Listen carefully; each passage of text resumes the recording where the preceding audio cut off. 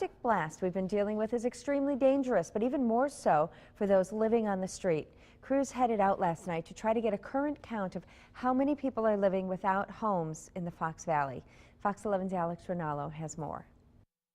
When it's bitter cold, the stakes become very high for a homeless count. The temperature is really a great reminder of how dangerous and how vulnerable someone is to the elements. The numbers will be reported to the U.S. Department of Housing and Urban Development. Last January, Brown County volunteers found 9 people living on the streets and 458 in shelters.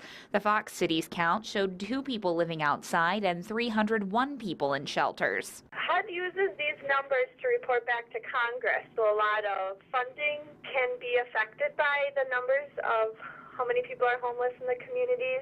Right now, the emergency shelter of the Fox Valley is above capacity at 78 people. There is a waiting list of about 5.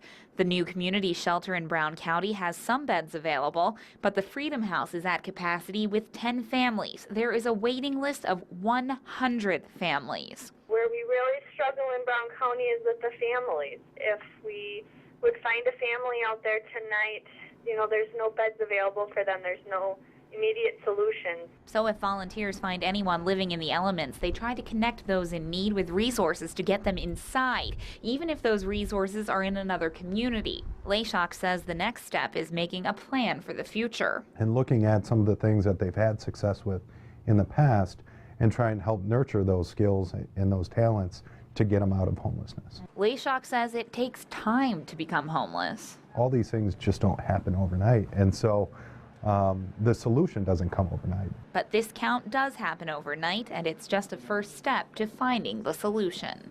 In Appleton, Alex Rinaldo, Fox 11 News.